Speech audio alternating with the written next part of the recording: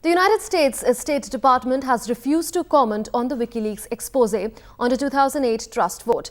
State Department spokesperson Mark Toner has said it's not possible for him to comment on any such leaks.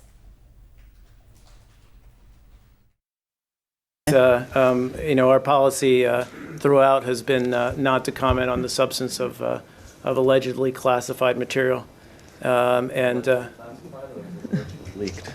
Well, it's allegedly classified. We don't. I'm not going to say it's classified or not, but it's certainly, if it is classified, we wouldn't speak about it, and we're not going to speak about it in any way, shape, or form.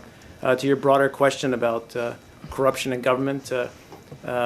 Of course, the United States is always for greater transparency in governments throughout the world, because transparency in governments leads to better political systems that are able to, help the people that they represent.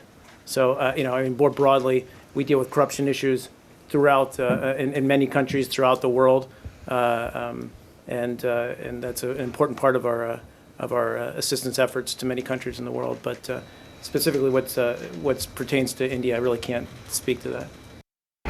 The U.S. State Department policy is to not comment on the content of classified diplomatic cables as published on the website WikiLeaks.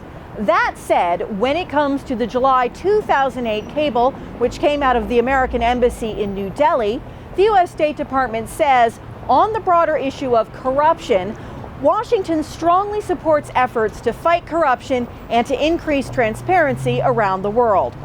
It is clear from the Chargé's writings that American diplomats were following Indian domestic politics very closely, and the diplomats knew that Indian domestic politics could impact the U.S.-India civilian nuclear deal.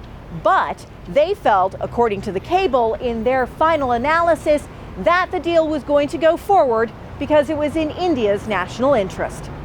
Priscilla Huff, Times Now, Washington.